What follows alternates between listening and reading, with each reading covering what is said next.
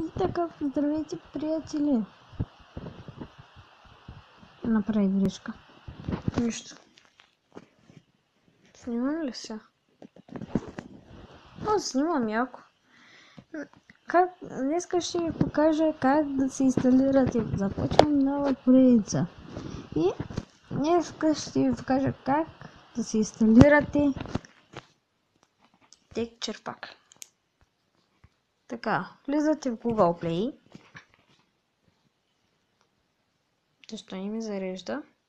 Така, Пишете AMKPE Master. Така. И трябва да се изтеглите това приложение. Ето какви са те. Коментарите. Хубави са. Отваряне. Така.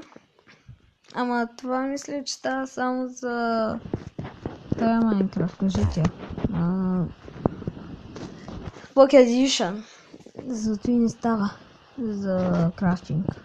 Влизате в текстура и стеглите мапа.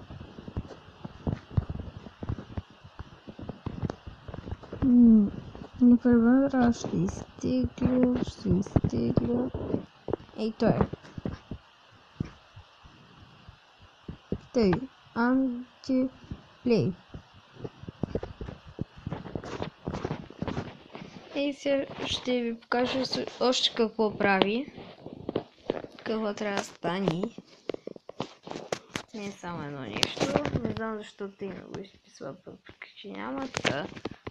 Бях пробвал на едно клипче. Така. Тук са нещата. Тей, играйте си, гледайте си тук какви са нещата и тъй. Искам да ви кажа, че ако сте на Майнкрафт не може да стеглите, трябва да си го премахнете, че пак да го включите. Да, малко е дръжнащо, но така е живота. Например, искам да се сменя мапа. Има два. Аз мапа, текстурата. Имам два. Изчакайте малко, нещо не е. Имам две текстури. Как да си я махна? Как да си сложа другата? Например, аз ползвам тая и махам тая. И сега. Така. Изчаквам. Още малко. Така зареди.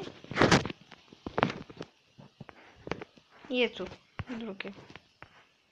Гледайте само какви са айран големите.